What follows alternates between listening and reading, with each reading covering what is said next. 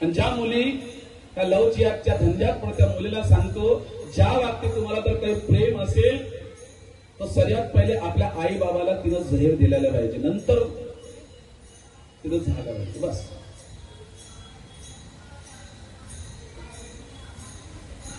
तर पहिले त्या मुलीला सांगतो की तुमचा जो बाप आहे त्याने कर्ज केलं, ते आईने लोकांच्या भांड्याला असले, तिने कष्ट केलं, गावाला मुंबईत आले, तुला शिकवलं, चांगल्या शाळेमध्ये तुला शिकवलं, आज तूच त्या आई बापांची मान खाली करून जात, त्या धर्माचा अपमान करून जात. एक दिन की मोहब्बत के लिए दुनिया भर की जो मोहब्बत को लुटाया जाता, ऐसी मुलीला तिथंच टाकून तुम्ही टाकायला पाहिजे. मुलींना सांगतो लव जिहाद आहे कि तुमच्याशी प्यार नहीं करत, वो धोखा करता है. आप तो उनसे मोहब्बत करते हो, आपसे मोहब्बत नहीं करते.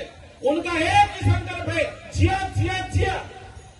मराठी मुलीचे 5 लाख, मारवाडी मुलीचे 7 लाख, ब्राह्मणाचे कम से कम 15 लाख असे रेट ठेवलेले आहेत तुमच्या मुलीचे, तरी तुम्ही जागृत नाही. म्हणून म्हणतो तुम्हाला, तुम्ही जागृत व्हा. अच्छा, आमच्या संघाला किती वर्ष पूर्ण होत आहे माहिती आहे तुम्हाला? हा लव जिहाद, लेन जिहाद, धर्मांतर रोखण्याचं कार्य हे आमच्या राष्ट्रीय स्वयंसंघाने केलेलं आहे. अजूनही छत्रपतीचे शिवाजी महाराजांचे त्यांचे विचार आजही राष्ट्रीय स्वयंसंघाच्या अंतर्गत आहे. म्हणून आज त्या लव जिहादचे जे पुरं प्रकरण आहे ते उघड झालेले आहे. राष्ट्रीय स्वयंसंघ नसता तो आज तुमच्यावर गळ्यामध्ये टोपी बी नसती, तुम्ही जय श्रीराम नाराचे तुम्ही नारा लावला बी नसता. 100 वर्ष 4 वेळा संघावर बंदी आली. किती वेळा बंदी आली? 4 वेळा बंदी आली संघावर.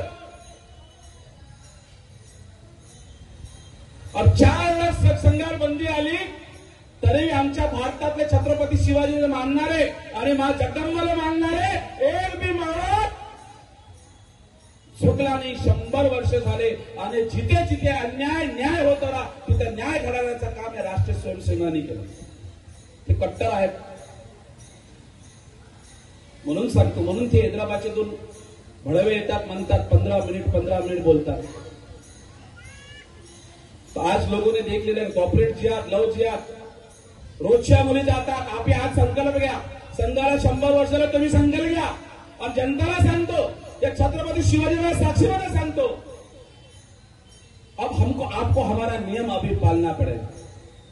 तुम्ही आले जाचाल, तुम्ही छत्रपती शिवाजी महाराजांची जे बोलचाल यांचे जे संस्कार जर तुमच्यामध्ये आले ना, एक बी मुलगी लव जिहादचा शिकार होणार नाही. जो आपल्या माँ बहिणीची रक्षा करणार तो छत्रपती शिवाजी महाराज मावळा आहेच नाही. तुम्हाला अधिकार नाही आहे छत्रपती शिवाजी महाराजांची जे लायकी नाही आहे आपली वाली.